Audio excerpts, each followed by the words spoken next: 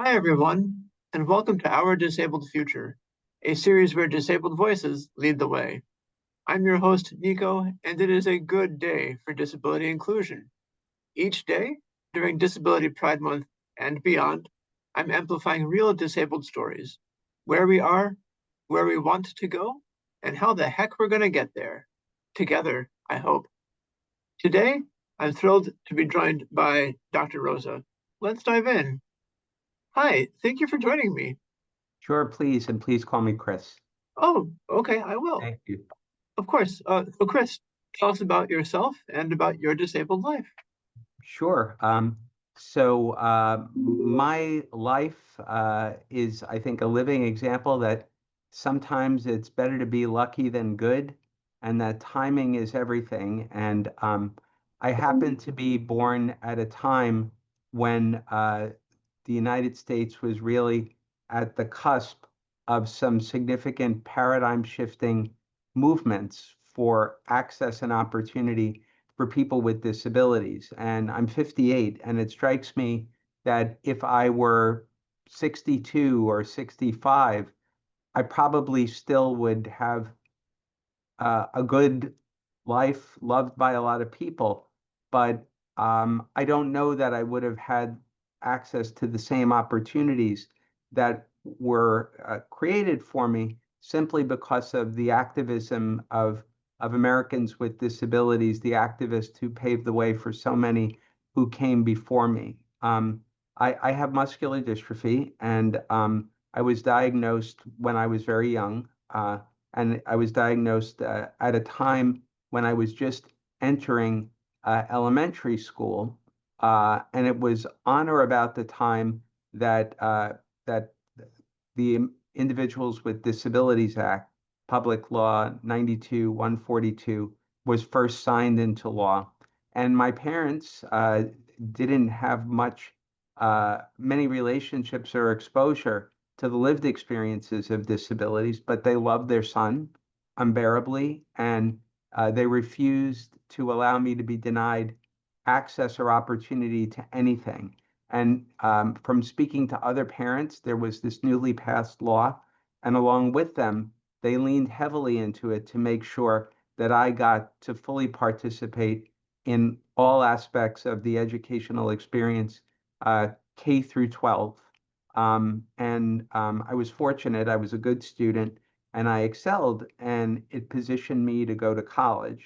And I had great higher ed opportunities and choices in New York, where I live, and where I've grown up. And those opportunities and the foundation of access, equal access and opportunity, was established by a good decade of the Rehabilitation Act in Section 504, which required equal access and opportunity for colleges and universities at that time. And so it gave me equal access to higher ed opportunity. And while I was in college, not only did I have a really good set of educational experiences, but I got to benefit from the richness of college life, including meeting for the first time a community. I went to City University of New York, which was enrolling more than 9,000 students with disabilities university-wide.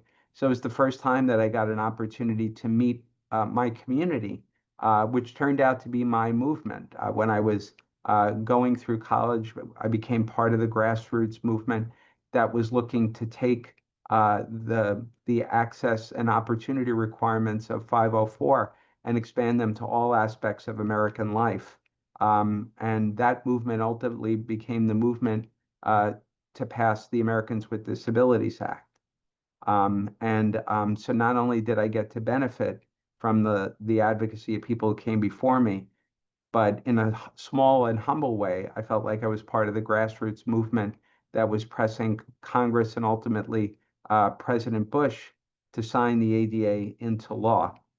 And not only did I get introduced to this movement, but getting to know so many people with disabilities, first at my university system, but across the country through our grassroots advocacy together to pass the ADA, I got introduced to a life world that is shared by Americans with disabilities, is our own unique way of understanding our lived experiences with disabilities, um, and a different language to articulate our experiences in the most affirming and pride-evoking terms.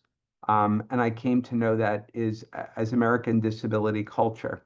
And that became the focus of my scholarship in a burgeoning discipline, disability studies, which was devoted to understanding the disability experience from the perspective of people with disabilities themselves, an underappreciated perspective.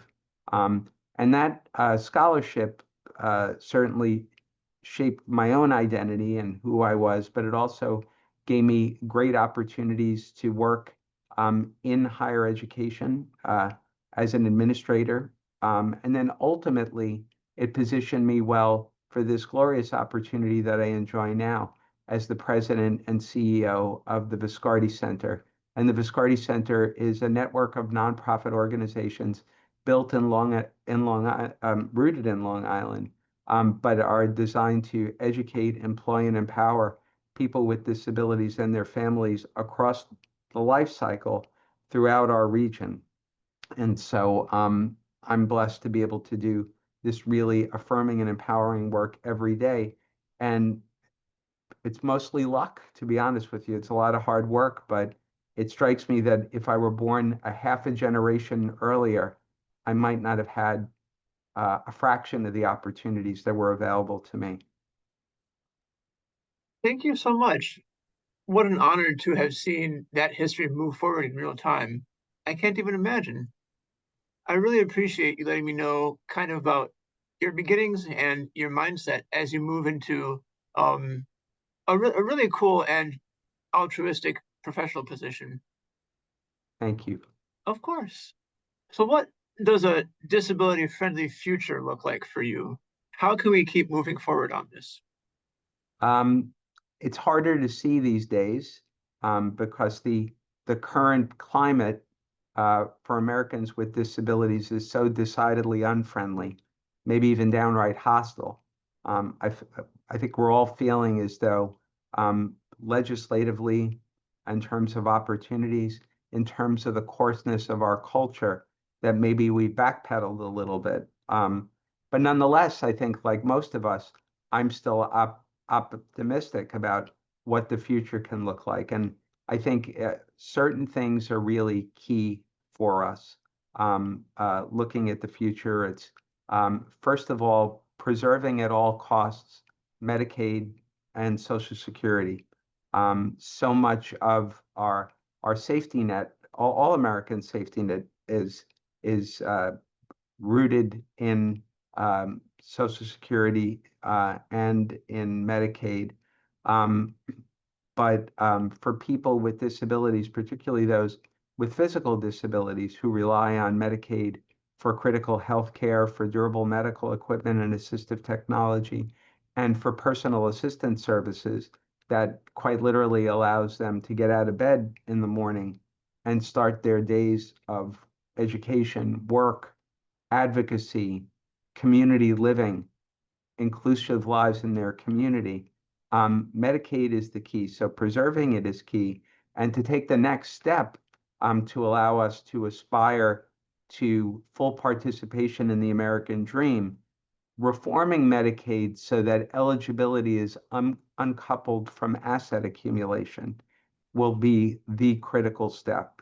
Right now, it's the asset limits on Medicaid eligibility that prevent people with disabilities from earning a living wage, from being economically independent, and for claiming our rightful place as part of the American middle class and beyond. So uncoupling the need for services that are funded through Medicaid, like personal assistance services, durable medical equipment, and then sort of separating that from assets and asset limits would be an important step forward to leveling the playing field for people with disabilities. But I'm optimistic. I think it can happen, particularly when we just look at the business case for that. I mean, I think that allowing people with disabilities to earn income, to accumulate assets, to pay taxes, it will be a real economic stimulus to have that jolt for tens of millions of Americans who right now are sidelined by work disincentives would be transformative for the American disability community. You make a really good point about the economic powerhouses that disabled people can be and how we have lots of purchasing power as well. Disabled people truly do want to work, to give back to their community, and to be fully functioning citizens in this democracy. And sometimes we cannot be those things.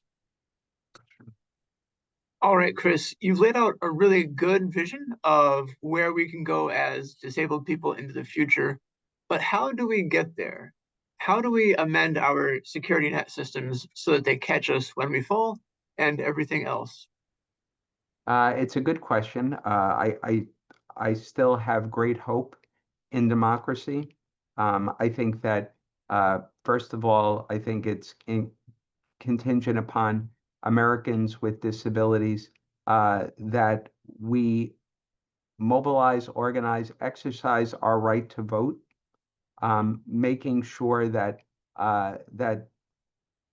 the electorate understands that we are an important voting bloc with the power to swing almost any election if we're aligned in our priorities and we all come out and participate in the democratic process. It would be great to see more candidates and leaders with disabilities who are able to advance our priorities for access, equity, and inclusion.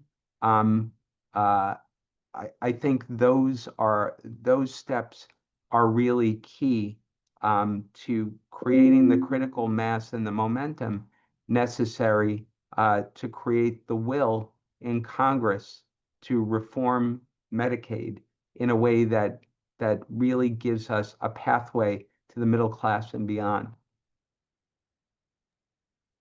Absolutely. It sounds like a very worthy fight and one we're going to be fighting on many fronts. All right, Chris, I've had a great time talking with you and learning more about you.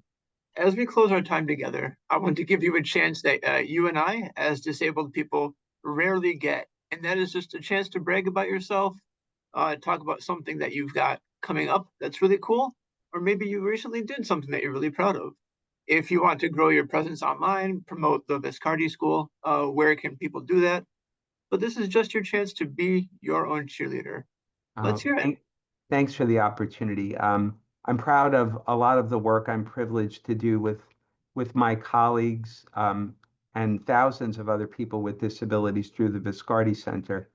At the Viscardi Center, where I take the center part of Viscardi Center very seriously, and I see it as a center for disability community creation, for culture creation.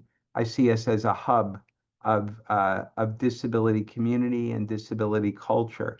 And towards that end, we've tried to take on projects and opportunities that allow people with disabilities in our region and nationally to amplify um, our own vision of the disability experience in the world. And so towards that end, we've been very fortunate to acquire the Museum of Disability History, which had a 22-year history in Western New York and Buffalo. And it's a beautiful collection which traced the arc of the American disability history experience from pre-colonial days up through the present. It was the museum in Buffalo was forced to close its doors during the pandemic, and as much as they tried, they never really got the financial footing in order to revive it. But we cherish the collection and we cherish the values that it embodies and represents. Over this last year, we acquired the collection. We brought it here to Long Island, Albertson, Long Island. we got the New York State Board of Regents to amend the charter to reflect that we are the new home of the Museum of Disability History. We raised almost $2.5 million to build out the site for the museum. And in October, we are going to reopen the Museum of Disability History. So we're proud of that, and we'd like to invite anybody who might be tuning into this to visit us. It's a very powerful experience, and it would be a great way to amplify and celebrate our history, our culture, and to understand not only where we've been, but to help us to create a platform to chart our own future for where we're going.